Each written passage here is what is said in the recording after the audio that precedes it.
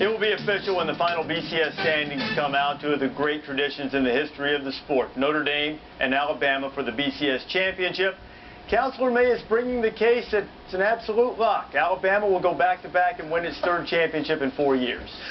Your Honor, Alabama, this could be their third national championship and will be in the last 4 years. Back-to-back national championships in the BCS era. Not only that, when you look at the meat grinder schedule they played in the best conference, without a doubt that nobody will argue, the SEC conference, the meat grinder that they played in. Even the SEC championship game went down to the wire, but true champions find a way to win. On the other hand, you look at Notre Dame. Team hasn't played in a national championship game or played for a national championship since Moby Dick was the middle. They don't know how it is to get the national championship or play under that pressure. But the Crimson Tide in the Southeast Conference has won 6 in a row. They know how to play in big games. They know how to win championships. Notre Dame does not.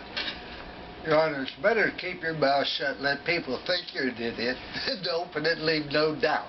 That is the most ridiculous thing. Now, let me tell you why Notre Dame will win this football game. Number one, they're an excellent football team. I have great respect for Nick Saban, great respect for the University of Alabama.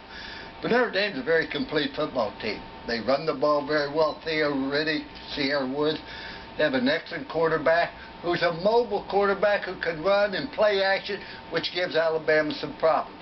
In addition to that, they have excellent receivers. You go to the defense, Alabama's defense excellent. But let me tell you why. Because in a game like this, you never know which team's going to show up. Alabama can play Notre Dame 5 times, one side win 3, the other win 2. But here's why.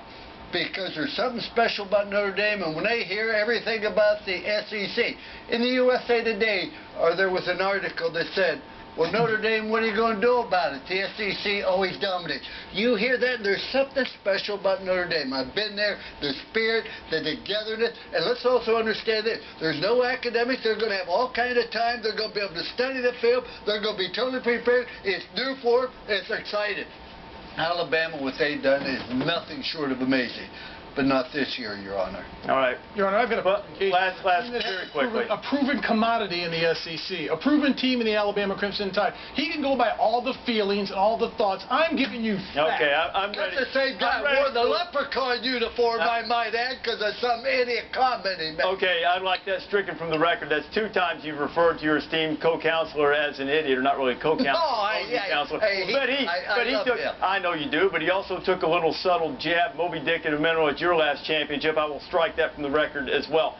Counselor Holtz, I am really persuaded in your favor that Notre Dame has a tremendous football team and appears to be a team of destiny, and it looks as if the Irish certainly are on their way to trying to end the SEC streak at 6 in a row.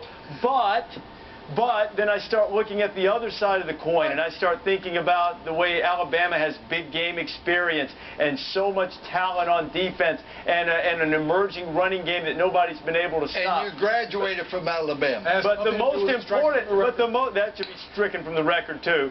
And I'd also say I resent the fact that you say that his honor is not anything but fair. So I'd have to say that we've got more than a month to hash this out. So I'm going to take it under advisement. Issue a continuance, and I'm retiring to Chambers. No, Chambers, no. I've got on my robe. Last weekend of the season. You can't do this. I've got on my robe, and I'm retiring to Chambers. You have to make a decision. That's what you're there for. You can't do a continuance. No. It's the last weekend of the season. This is the last regular weekend of the season. Bailiffs, get him out of here. I tell you what, you're lucky he didn't make a decision, because if he did, it would have been for Notre Dame. He doesn't want to go against another one, and that's why he's not making one. He doesn't want to lie, and he doesn't want to go against Notre Dame. It's so obvious. Why can't you say, I know, you look good in a leprechaun uniform, Mark. That'll never, ever happen again, Counselor Holtz. Ever. Oklahoma State and Baylor. Art Briles has seen that name pop up on the coaching rumor carousel lately. Second quarter, Baylor already up 17-3. Now they've got their wide receivers out there outside the numbers, so that's going to leave a little room for Tevin Reese. When Tevin Reese has room, nothing but turf and opportunity in front of him. Heels to the field. Terrific job of hitting him in stride. It's gone. 75 yards for the touchdown. The Cal folks might have still been smarting over that Bedlam loss. Took them a little while to get going. They got back in it at 34-27. Lake Seastrunk right up the middle. Now look, he cramps up. Briles, Nick Forrest, and the guys have been on Seastrunk about finishing strong. How about when you cramp up and you refuse to quit running? A lot of heart there. I tell you, he has been a major reason Baylor has had great success recently. He's run the ball well. Transfer from Oregon, I believe. He was in a big-time running back coming out of high school. He had 178 yards. Clint Shelps to David Glidden. Oklahoma State back to within 7. A scuffle for the onside kick with under a minute and a half to play. Baylor able to come up with it, and the Bears are 7-5. Conference USA Championship game, USF and Tulsa. Two teams met in the regular season. Tulsa won it by a couple. This was a key play, fourth quarter. Central Florida up by 6 and punting. Now, keep your eye on Trey Watts. UCF bats the ball. Now, that's illegal. What this does is it means that Trey Watts, no repercussions if this pickup and scoop doesn't go well. But it went just fine. He took it 54 yards. Coach Bill Blankenship said afterwards there's no risk involved. If he got hit and fumbled or something, he could just take the ball back where that official was throwing the beanbag. So they ended up scoring. That's a tie game, went to overtime. Alex Singleton goes in, and Tulsa wins Conference USA, taking the game 33-27.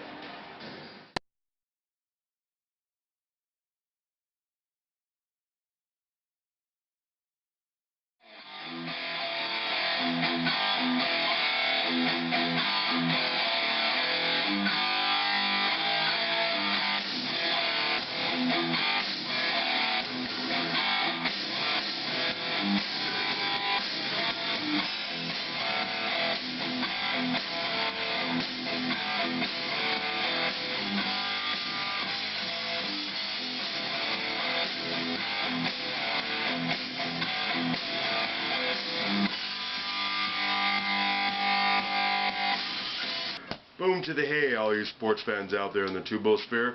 Welcome to the One Man Sports Rant. Gen 2.0.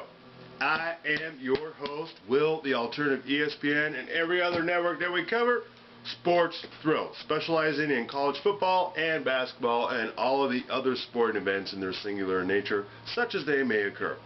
Why such an emphasis on the college sports? I was a linebacker and off guard at the collegiate level, however short-lived. Blew up both my ankles. Never was able to realize my sports prowess.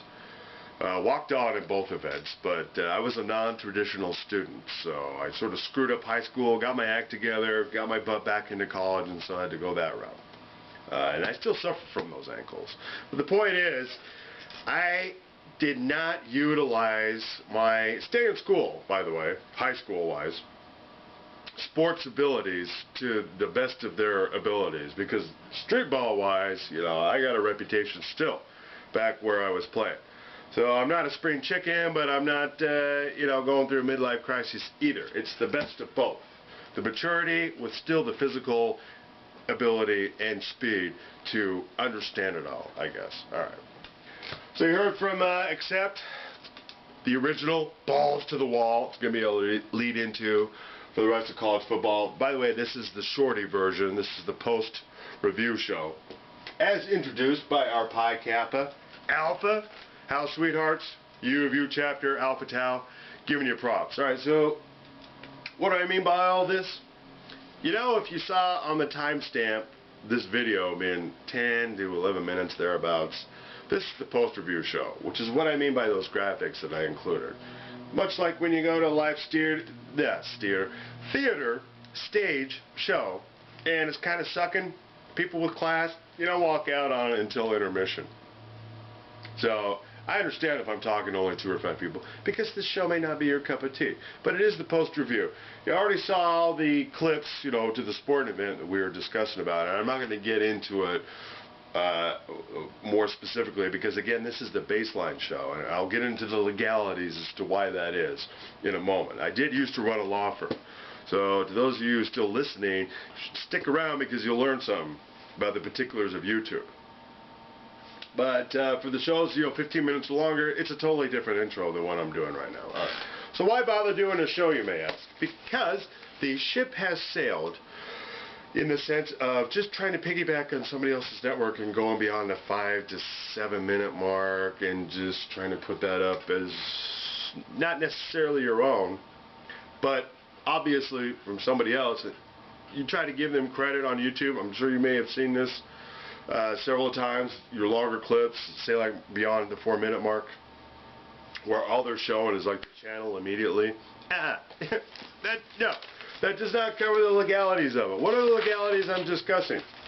It's a little thing called the DCMA, the Digital Copyright Millennium Act. And the key tenets that we adhere to on the OMSR are, as they were hashed out through WIPO, World Intellectual Property Organization. Fair use standard, minimal use, derivatives, and no money exchanged in hands. Of course, that last one's a given, but it's also important. But it's a given here because, as you can see, the OMSR is a pro bono production. We adhere strictly to that. And on that note, as well, all images you see on the OMSR, not procured or produced, 2-minute warning, so I'll go over on time, by the OMSR, were obtained through the public domain. So anybody out there saying, hey, Will, you're kind of using an image that we don't necessarily approve of, fine. Watch my dust. I'll take it down. Excuse me. Readjust it. The only sucky thing about that is you'll lose all the hits when you go to re-upload the same thing, plus the interest lanes on that particular event. But that's not important as opposed to what I just said. All right. And on that note, this show is copyrighted to the OMSR. Brief video highlights courtesy to the networks already discussed through Will, the Alternative Sports Pro.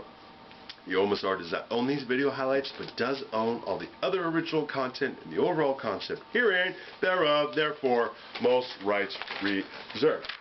Alright, so on that note, the 2-minute warning, we go back to our musical lead into Accept. The original, to the nth degree, balls to the wall.